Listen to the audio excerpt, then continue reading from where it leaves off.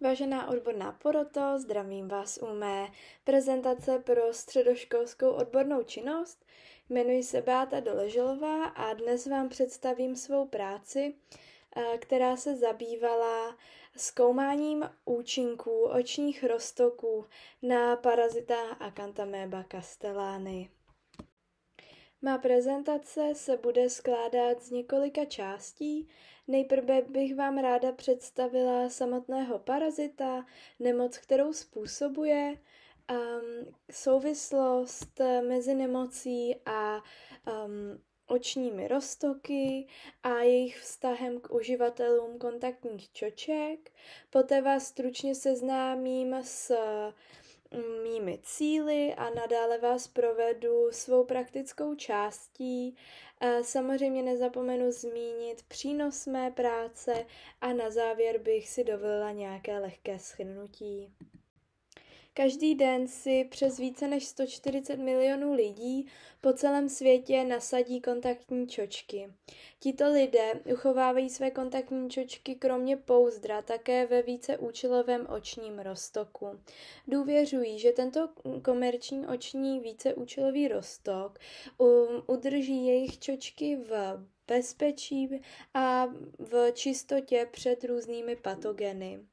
A co kdybych vám ale řekla, že existuje parazit Acanthamoeba castellani, který je schopný přežívat na povrchu kontaktních čoček a ne všechny víceúčelové oční roztoky ho dokáží eliminovat. Acanthamoeba castellani se vyskytuje ve dvou hlavních stádiích, ve stádiu aktivní, ve stádiu trofozoid a ve stádiu cysty. Celá stádium cysty můžeme vidět více vlevo na obrázku, vpravo na obrázku, potom aktivní stádium trofozoid. V aktivním stádiu trofozoid se parazit rozmnožuje a způsobuje nemoc. Zároveň v cystě cysta je velmi odolná a vyskytuje se v ní většinou ve vnějších podmínkách, protože parazit se může vyskytovat ve slané, sladké vodě, nejčastěji stojaté, dále potom ve ventilačních systémech, výřivkách, bazénech, kromě nějakých přírodních stanovišť, tak také v půdě a tak dále. Do kontaktu s parazitem přijde člověk nejčastěji při plavání v kontaminované vodě právě tímto parazitem. Hodně záleží na tom, kolik množství parazita do oka se dostane, ale Acanthamoeba castellani může způsobit sice vzácnou, ale v pokročilých stádiích velmi vážnou infekci rohovky, kterou nazýváme amébová keratitida.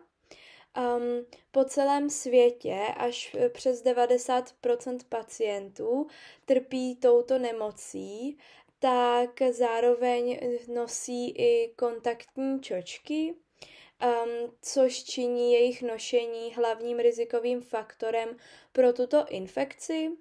V České republice tato nemoc je velmi vzácná, vyskytují se zde 1 až 2 případy ročně.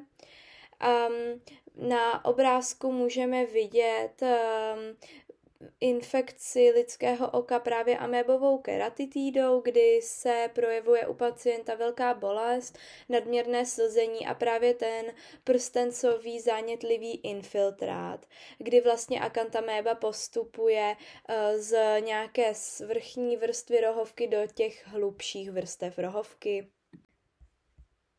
Cílem mé práce bylo doplnit oblast výzkumu o nové informace, jelikož oblast výzkumu je velmi neprozkoumaná, a rozšířit povědomí o amébové keratitidě. Zároveň tedy tato práce zkoumala, jestli vybrané víceúčelové oční roztoky na kontaktní čočky ovlivňují růst a vývoj parazita. Zdali ho eliminují nebo naopak stimulují jeho růst. V reálných podmínkách by to totiž mohlo ovlivnit vypuknutí infekce u nositelů kontaktních čoček. Pro výzkum jsem si vybrala tedy 3 běžně dostupné víceúčelové oční roztoky, Renu Multiplus, Viziomax a Biotrue, můžeme vidět na obrázku číslo 4. Má zvídavost mi nedala a rozhodla jsem se do výzkumu zapojit i alternativní oční roztoky, tedy roztoky, po kterých uživatel kontaktních čoček šáhne, když má nedostupné právě ty víceúčelové oční roztoky. Do těchto alternativních očních roztoků jsem zařadila kohoutkovou vodu, převařenou kohoutkovou vodu a DIY oční roztok na kontaktní čočky, který byl vyrobený podle zdroje, který sliboval eliminaci akantaméby. Dále komerční roztoky byly upraveny tak, aby simulovaly reálnou situaci, kdy si uživatel zapomene kontaktní čočky třeba na palubě v autě přes léto. Proto tedy ta úprava probíhala tak, že jsem inkubovala vzorky pouze ty komerční víceúčelové na 50 stupňů po dobu 12 hodin. Pro pochopení mých výsledků je důležité se zaměřit na složení komerčních víceúčelových očních roztoků.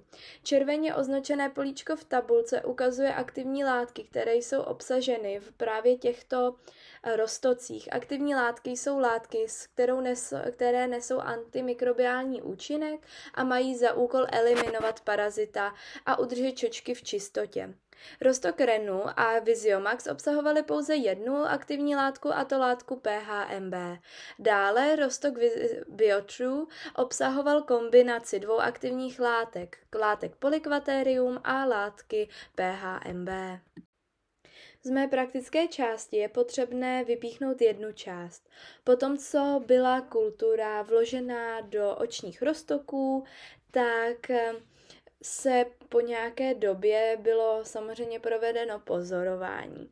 No a tady toto pozorování ukázalo, že ve vzorcích není zcela jasné, zdali se zde nachází cysty akantaméby a nebo jsou tam mrtvé, buněčné zbytky akantaméby.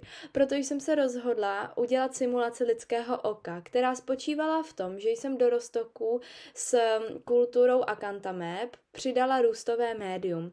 Lidské oko samozřejmě nabízí skvělé prostředí pro vývoj a růst parazita a proto jsem právě to oko simulovala tím růstovým médiem.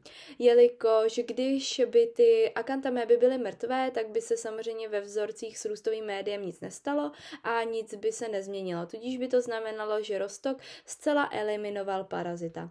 Ovšem v nějakých vzorcích samozřejmě se mohly vyskytovat cysty a kdyby bylo potom přidáno růstové médium, tak by mohly akantaméby přejít do aktivního stádia trofozoid a tedy by to mohlo znamenat v reálných podmínkách, že by mohlo dojít k rozšíření infekce při použití právě tady tohoto očního roztoku.